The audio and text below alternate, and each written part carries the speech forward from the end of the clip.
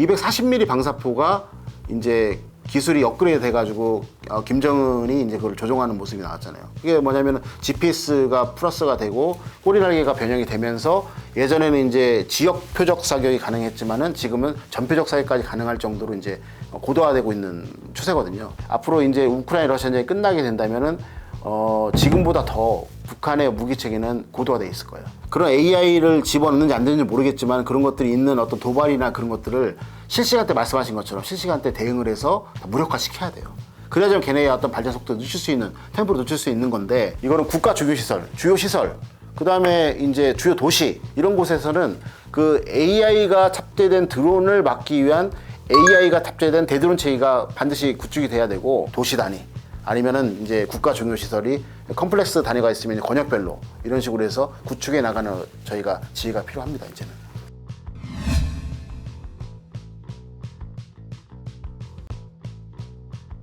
특별한 경제 강의 머니 특강. 안녕하세요, 주식 초등학교 여러분. 저는 오늘 특강을 맡은 카이스트 국가미래전략기술 정책연구소의 조상근 교수입니다.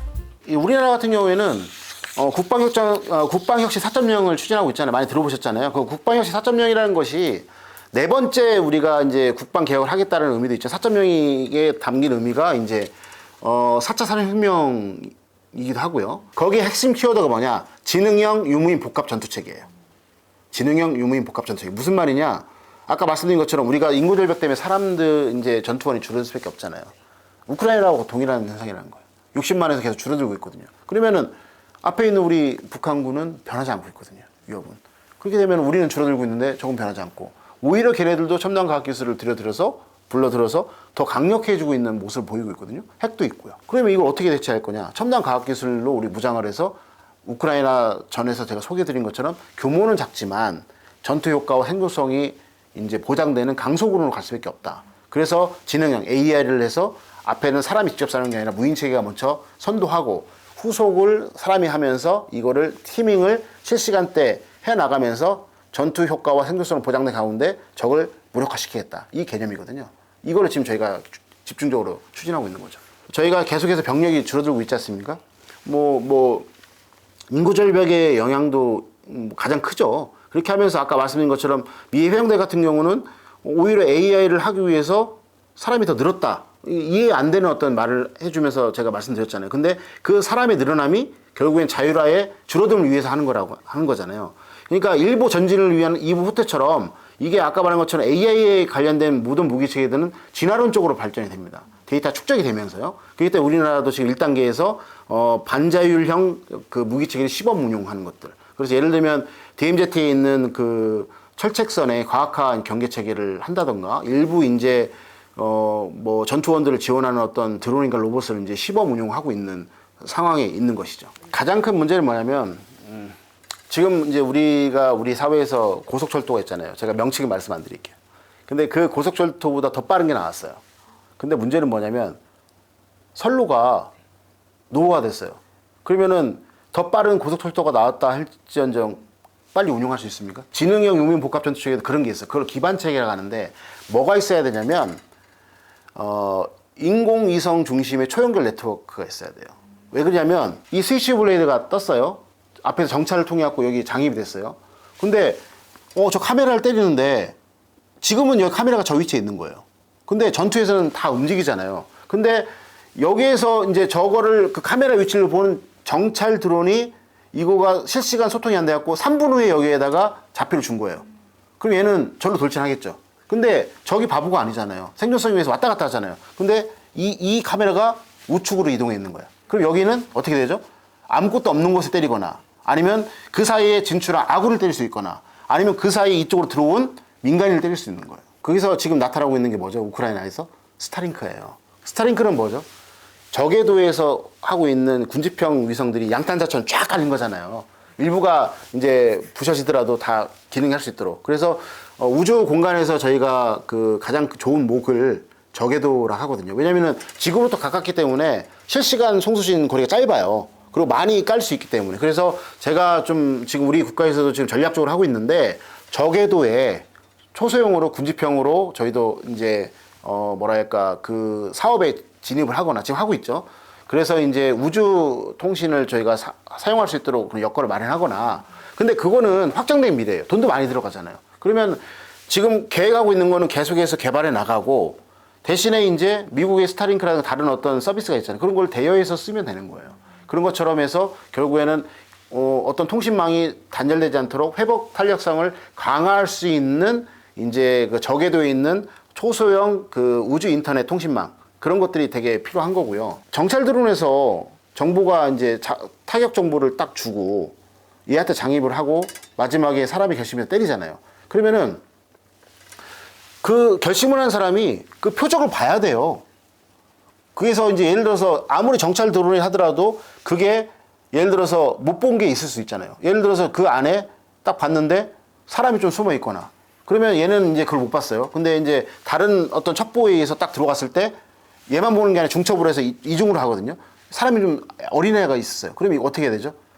사람이 이걸 현장을 확인 안 하지 않으면은 그냥 쏘라했겠죠. 그러면 어린애가 죽는 거예요. 그래서 가시화책이라고 하는데, AR, VR 기념으로 해서 사람이 이제 지휘관이 결심할 수 있도록 이 찍은 영상들을 실시간대 볼 수 있도록 가시화체계가 있어야 돼요.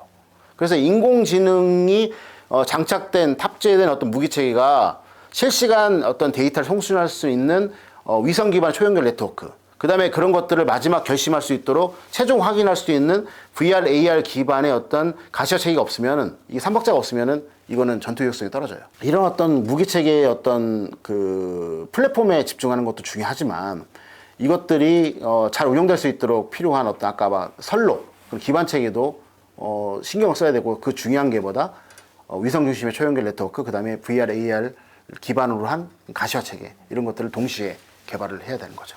전술 같은 걸 바뀌게 되면 우선은 이게 될 거예요. 비접촉 전투가 가능할 거예요. 이게 아까 몇 킬로라고 했죠? 10킬로라고 말씀드렸잖아요. 규모가 적어지기 때문에 옛날처럼 육박전, 막 화력전 하게 되면 우리 병력들이 녹아나잖아요. 장비도. 그렇게 되면 전쟁을 길게 쓸 수가 없어요. 그러니까 이런 어떤 AI 기반의 어떤 유명 복합 체계가 들어오게 되면 비접촉 전투가 가능해진다. 그 다음에 두 번째는 뭐냐면, 실시간 데이터를 이제 활용할 수 있기 때문에 적의 취약점을 바로 때릴 수 있겠죠. 적은 나의 어떤 핵심적인 부분을 때리지 못하는데 얘는 AI가 적의 핵심이 뭡니다라고 해서 딱 실시간대 알려주기 때문에 이 장거리 무기체계로 딱 때릴 수 있는 거죠. 그걸 비대칭전이라고 해요. 그리고 또 뭐냐면, 또 이제 거리를 사거리가 넓기 때문에, 예전에는 이제 숄더 투 숄더, 핸드 인 핸드에서 손에 손 잡고 왔다 갔다 이렇게 6.25 때 했잖아요. 그게 필요 없는 거예요. 비선형전이 가능한 거예요. 어디서든 간에. 적진에 들어가 있는 특수작전 부대든 전선에서 후방에 있는 어떤 부대든 간에 비선형으로 살 수 있는 거예요. 이런 어떤 AI 기반의 유명복합 전투체가 나오면서 나올 거를 3B라고 해요. 3B. 비접촉전, 비선형전, 비대칭전. 이렇게 되는 거죠. 그게 뭘 구가하느냐? 생존성을 높여주고요. 다시 한번 말씀드리지만 전투 효과성, 효율성을 높여주는 그런 어떤 뭐랄까 원천이 되는 거죠. 공식적으로 이렇게 뭐 발표된 건 없어요. 나온 건 없고. 근데 찾아보니까 뭐 민간 부분에서 뭐 김일수 종합대학에서 이제 AI 관련된 노력도 많이 하고 있는데, 근데 문제는 뭐냐? 우리 이걸 봐야 돼요. 작년 9월에 이제 그 북러 정상회담을 했잖아요. 그러면서 양국 관계가 밀착을 하게 되는데, 지금 현재 나타나고 있는 현상을 보게 되면 북한은 러시아가 부족한 재래식 전력 무기체계를 공급을 하고, 그 대신에 러시아는 북한에 첨단 과학기술을 지금 현재 주고 있어요. 엊그저께인가 이제 기사 나왔죠. 240mm 방사포가 이제 기술이 업그레이드 돼가지고 김정은이 이제 그걸 조종하는 모습이 나왔잖아요. 그게 뭐냐면 GPS가 플러스가 되고 꼬리날개가 변형이 되면서, 예전에는 이제 지역 표적 사격이 가능했지만은 지금은 전표적 사격까지 가능할 정도로 이제 고도화되고 있는 추세거든요. 저는 이렇게 봐요. 이런 AI도 결국에는 이미 탑재되어 있는 K-23, 24, 25 그런 어떤 그 탄도미사일 같은 경우가 지금 그 러시아에 제공되고 있다는 것들이 뉴스에 나오고 있잖아요. 그렇게 되면 그 실전 데이터를 쌓고 있는 거죠. 그럼 계속 고도화되겠죠. 아까 말한 것처럼 AI는 진화적으로 발전한다. 그래서 자동화 단계에 있던 것이 반자율로 가고 이렇게 할 수 있는 데이터까지 축적되고 있는 거예요. 그게 작년 9월에 이제 북러 밀착 관계가 형성되면부터 되기 때문에, 앞으로 이제 우크라이나 러시아 전쟁이 끝나게 된다면은 지금보다 더 북한의 무기 체계는 고도화돼 있을 거예요. 그게 안에도 AI라는 부분들이 분명히 포함되어 있을 것이고, 그렇게 된다면 우리 그 대한민국에 가해지는 어떤 잠재적인 위협, 그다음에 실질적인 위협은 더 커지겠죠. 결국에는 AI라는 거 실체를 다 저희가 찾아낼 수가 없어요. 실제적으로는요. 그러니까 어떤 무기체계에 어떤 들어가서 그 성능을 고도화시켜주고 스마트화 시키는 게 AI지, AI 자체가 그게 무기체계는 아니잖아요. 결국에는 우리가 그런 AI를 집어넣는지 안 되는지 모르겠지만 그런 것들이 있는 어떤 도발이나 그런 것들을 실시간대 말씀하신 것처럼 실시간대 대응을 해서 무력화시켜야 돼요. 그래야지만 걔네의 어떤 발전 속도를 늦출 수 있는, 템포를 늦출 수 있는 건데, 좀 아쉽게도 22년 12월 26일 못 막았죠. 근데 이제 그런 것 때문에 약간 창가 방패에 문제가 나타났다고 하지만, 제가 여기서 지적하고 싶은 건 뭐냐면, 실질적으로 이제 그런 드론이 이제 그 뭐랄까, 전쟁의 주요 수단으로 되면서 확장이 확 됐잖아요. 그런데 이 드론이 장비라든가 사람들을 다 이렇게 많이 좀 살상하고 파괴시키기 때문에 오히려 카운터 드론, 그러니까 대드론 체계가 더 커졌어요, 지금요. 그러니까 결국에는 드론이나 로봇에 관련된 부분에서 AI가 들어간다면 그걸 막는 방패, 대드론 체계에도 AI가 들어가야 돼요. 그런데 이제 문제는 뭐냐면 이런 위협들이 2022년도 2월 24일에 촉발된 우크라이나 러시아 전쟁 이후로부터 나타나기 때문에 얼마 안 됐잖아요.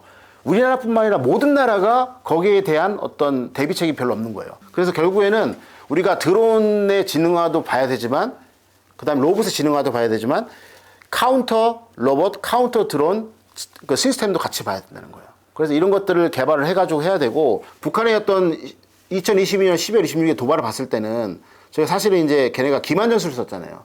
4대를 통해 갖고 저쪽 강화도 쪽으로 가서 갈 때 우리 군이 이제 그쪽으로 이제 뭐랄까 신경을 곤두세울 때 한강을 따라 갖고 한 대가 결전 진입을 한 사태가 된 거잖아요. 이건 뭐냐면은 전술적으로 지금 현재 거의 완성단계에 와 있다는 부분이 있는 거거든요. 그래서 이 안에 AI가 들어간다면 얼마나 큰 위협이 되겠어요. 그렇기 때문에 우리나라도 이거는 국가 주요 시설, 그 다음에 이제 주요 도시 이런 곳에서는 그 AI가 탑재된 드론을 막기 위한 AI가 탑재된 대드론 체계가 반드시 구축이 돼야 되고, 도시 단위 아니면은 이제 국가 중요 시설이 컴플렉스 단위가 있으면 권역별로 이런 식으로 해서 구축해 나가는 저희가 지혜가 필요합니다. 이제는 가능하죠. 가능한데 이게 두 가지가 있을 것 같아요. 아까 말씀 계속 드렸지만 첫 번째 데이터를 어떻게 그 생산하고 축적해서 그거를 다시 이제 R&D로 넘어가서 자동화해서 반자율화, 자율화로 갈 것이냐, 그것이 하나가 있고요. 두 번째는 뭐냐면 윤리적 문제예요. 그렇게 갔을 때 군사나 안보 분야에서 이거를 아까 말씀드린 것처럼 인공지능 너는 옵션만 제공하는 거고 사람 결심은 사람이 하는 거야. 최종 결심은. 이 원칙이 과연 다양한 정치 체계가 존재하고 국가 이익을 추구하는 국제사회에서 얼마만큼 합의에 의해서 지켜줄 수 있을 것인가. 세 번째는 뭐냐면 오악용을 방지하고 안정적인 AI 무기체계를 사용하기 위해서는 AI뿐만 아니라 3박자가 갖춰져야죠. AI 무기체계, 그 다음에 위성 중심의 초연결 네트워크, 세 번째 사람이 마지막에 결심할 수 있도록 지원해주는 AR, VR 기반의 이제 그 가시화 체계, 이 3박자가 같이 기반 체계처럼 이렇게 구축이 돼야 된다. 무기 체계도 중요하지만 세 가지가 중요합니다. 무기 체계가 있으면 그걸 운용하는 방법, 싸우는 방법도 중요하고요.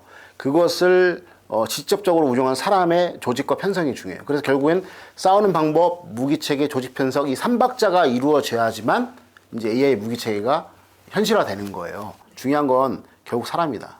사람을 빨리 교육시키고 그거를 운용할 수 있는 사람을 만들어서 우크라이나처럼 작은 규모지만 대부대를 상대로 해서 전투를 과감히 할 수 있는 그런 어떤 뭐랄까 디지털 리터러시가 되게 높은 어떤 인적 자원을 빨리 지금 키워야 될 필요가 있고요. 두 번째는 뭐냐면 권위주의 국가의 가치 사슬을 우리가 봐야 돼요. 러시아하고 북한이 아까 밀착하면서 기술이 왔다 갔다 하는 것들을 말씀드렸지만 아까 군사에서 중요한 게 세 가지라고 했잖아요. 무기 체계만 왔다 갔다 하는 게 아니에요. 러시아가 쓰고 있는 전술과 걔네가 운용하고 있는 어떤 조직과 편성들도 북한에 그대로 들어올 수가 있어요. 그래서 우리가 AI 무기 체계만 집중할 게 아니라 AI 무기 체계를 운용하는 싸우는 방법, 그 다음에 이것을 운용하는 사람, 즉 조직 편성에도 관심을 기울이고 우리 것도, 그 다음에 우리와 상대하고 있는 상대 측의 것도 같이 보는 지혜가 필요하다는 말씀을 마지막으로 드리고 싶습니다.